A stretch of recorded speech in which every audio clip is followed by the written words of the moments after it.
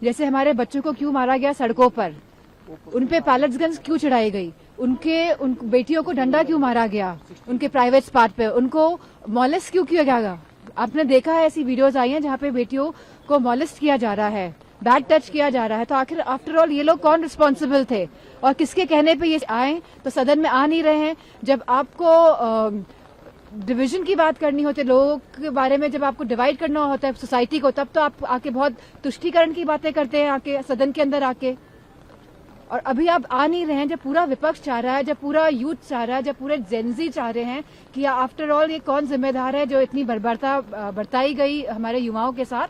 तो तब तो आप आ नहीं रहे हैं। अब इस तरह की बातें लाकर आप सोसाइटी को डिवाइड करना चाहते हैं, क्योंकि कहीं ना कहीं इतने मुद्दे हैं। राम से जुड़ा हुआ मुद्दा जहाँ आया है, जहाँ मंदिर में आपने चोरी कर दी, और ये चोरी जब से मंदिर शुरू हुआ है न जाने कितने लाखों करोड़ों लोगों ने चंदा दिया, चाहे भले ही 50 रुपए का दिया हो, चाहे भले ही करोड़ों रुपए का दिया हो। अभी मैं बनारस गई थी तो मुझे मालूम हुआ कि जो एक उद्योगपति थे उन्होंने 11 करोड़ रुपए का चंदा दिया राम टेम्पल में, वो भी एक इंसान ने।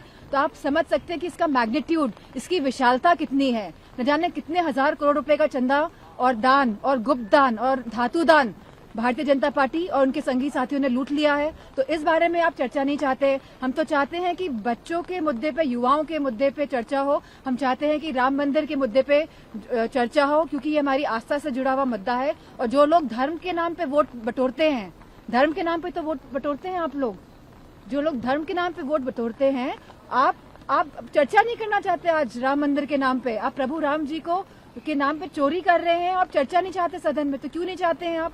पूरा विपक्ष इस बात में एक है कि युवाओं को लेके सदन के अंदर चर्चा हो। राम मंदिर को लेके जिस तरह का भ्रष्टाचार दान पात्र में हुआ है, उसको लेके भी चर्चा सदन के अंदर हो। और ये सब बातें जो अब आएंगी, ये आप ध्यान रखिएगा कि ये खाली चुनाव के मद्देनजर ये बातें लाई जाएंगी और लोगों में डिवीजन करने के लिए, जिससे कि जिस एकता के साथ यूथ आया है, कहीं ना कहीं ये सरकार हिली है। तो इसी चीज को लेके अब इस तरह के मुद्दे लगातार सामने लाए जाएंगे। मैम, बीजेपी यही कह रही है कि झारखंड में बच्चे प्रोटेस्ट कर रहे हैं, उस पर ओपोजिशन। झारखंड में बच्चे प्रोटेस्ट करते हैं, यूपी का हाल देख लीजिए, कितने पेपर लीक हुए हैं, कितने 21 पेपर लीक हुए हैं, 21 से भी ज्यादा लगातार लीक हो रहे हैं। आप प्राइमरी स्कूल्स बंद कर रहे हैं। आपने कितने प्राइमरी स्कूल्स बंद कर दिए? 29,000 प्राइमरी स्कूल्स बंद हुए हैं। लगभग 1 करोड़ बच्चे आज शिक्षा नहीं प्राप्त कर पा रहे हैं प्राइमरी स्कूल में। जब देश पढ़ेगा नहीं तो आगे कहाँ पढ़ेगा? आप हमारी जो नई पीढ़ी है उसको बर्बाद करने में लगे हुए हैं, और आप बात करते हैं हिंदू मुसलमान की। मैम, प्रयागराज में राहुल गांधी को परमिशन नहीं दी, कार्यक्रम था उसमें परमिशन नहीं। कार्यक्रम तो होंगे ही, चाहे जो रोक ले। कैसे आप रोक सकते कार्यक्रम करने से? तो ऐसा करिए कि डेमोक्रेसी आप खत्म करिए, ताज पहन के आप लोग बैठ लीजिए।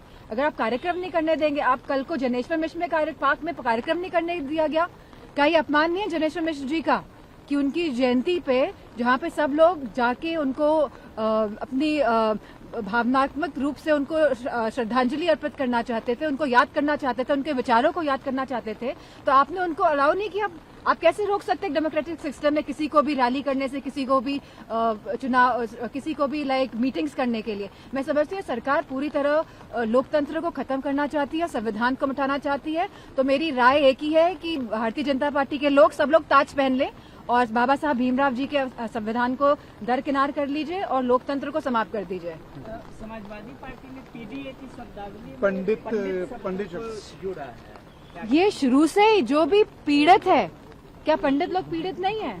हाँ, क्या क्षत्रिय लोग पीड़ित नहीं है? तो सभी लोग जो पीड़ित हैं इस शब्दावली में जुड़े हुए हैं और आगे भी जुड़ते ही रहेंगे। तो यही तो बात है, जब जुड़ने की बात होगी तभी तो ये लोग भुखलाते हैं।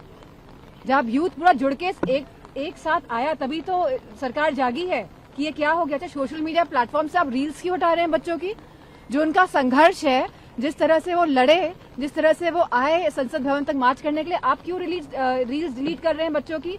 ये कहाँ का लोकतंत्र है? क्या वो अपने फ्रीडम ऑफ एक्सप्रेशन का भी अधिकार अब खो देंगे इस देश से?